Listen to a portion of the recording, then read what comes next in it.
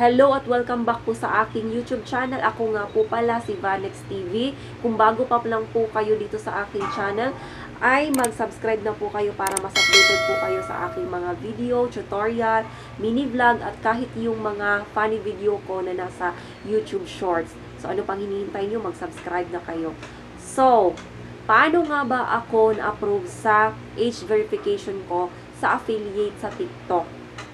So, yan ang ating tatalakayin ngayon. Kaya, panoorin nyo ang aking video mula simula hanggang katapusan para ma-share ko naman sa inyo yung mga tips kung paano ako na-approve sa aking age verification sa TikTok.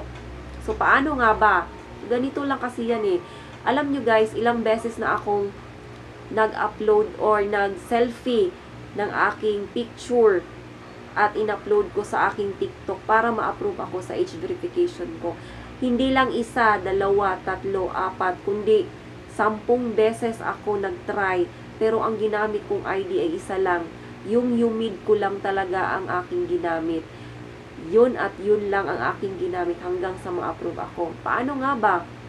Alam nyo guys, mahirap ang age verification, lalo na wala kang driver's license, passport, at lalong-lalo na wala din akong national ID. So, paano kaya tayo ma-approve kung wala tayong ganong ID? So, ganito guys ang ginawa ko. Nag-try akong mag-selfie. Pero ang ginamit ko na camera is yung front at yung nilagyan ko ng code. Kasi meron yung code eh. At saka yung ID mo kailangan kitang-kita siya sa camera. So, yun ang ginawa ko. Pagkatapos nun, in-upload ko ng in-upload. Ang bilis niyang mag-reject. Ni-reject lahat. Kaya naisipan ko tuloy gamitin yung national ID ko na online. Kasi yun lang yun ang meron ako. Hanggang sa sad to say, hindi pa rin ako na-approve. So, anong ginawa ko para na-approve ako? Nanood ako ng mga tutorial. Hindi lang isang tutorial, kundi maraming tutorial. Ang sinasuggest talaga nila na ID doon is national ID. Paano nga ako ma-approve kung wala akong national ID? So, ganito yung ginawa ko. Kinuha ko yung cellphone ng asawa ko. Doon ako nag-log in ng aking TikTok.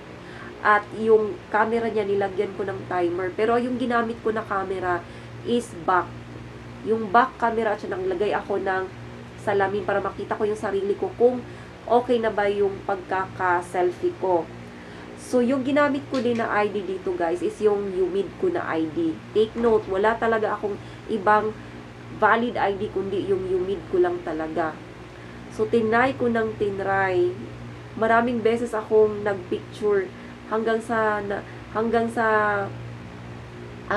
nakuha ko yung the best na anggulo para ma-submit ko sa TikTok. And then, yun na nga, na-submit ko na nga yung picture ko na naka-back camera na may picture at code ko sa TikTok. Ang tagal mag-approve ni TikTok. Ang sabi niya is 24 hours kasi minsan hindi siya umaabot ng 24 hours. Pero mas mabilis siyang mag-reject. Hindi siya umaabot ng 12 hours, nagre-reject na siya. Hanggang umabot na sa hapon kasi nga lobat pa din yung cellphone ko at wala kaming charger. Hanggang sa dumating na yung asawa ko at nanghiram ako ng charger niya. And then doon na-open na yung cellphone ko. Pagka tingin ko sa aking TikTok account ay boom! Approve na talaga yung aking affiliate sa TikTok. So, ganun lang talaga yung gagawin natin guys. Kung meron kayong UMID na lang yung gamitin ninyo. Gamitin nyo yung back portion of your camera at saka dapat maliwanag yung paligid nyo at hindi